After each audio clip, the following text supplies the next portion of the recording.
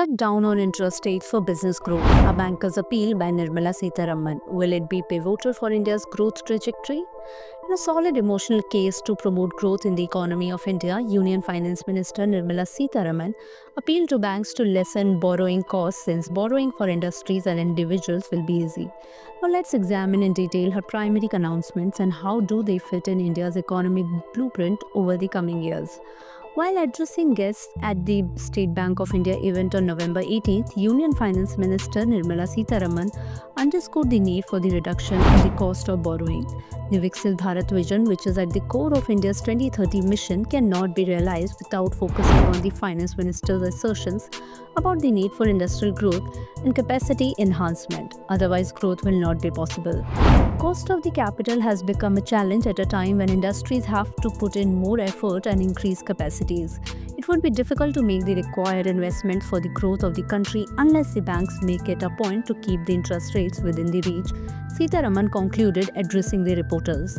Backdrop of inflation and economic pressures. This was soon followed by a statement from Union Commerce Minister Piyush Goyal, who urged the RBI to drop its hardline policy on interest rates. Sitharaman addressed the complex issue of inflation, noting that while fluctuations in certain perishable items have spiked price, core inflation, excluding food and energy, remains more stable at 3 to 4%. She assured that the government is tackling price volatility through supply-side measures, improving storage and stabilizing prices, particularly for essentials like edible oils and pulses.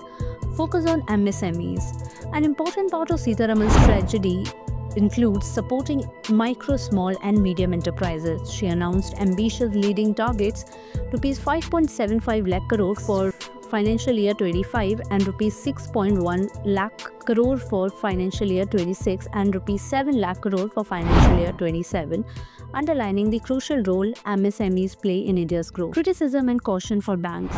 Sitharaman also cautioned banks against practices like mis-selling insurance products, which add indirect costs for borrowers and erode public trust.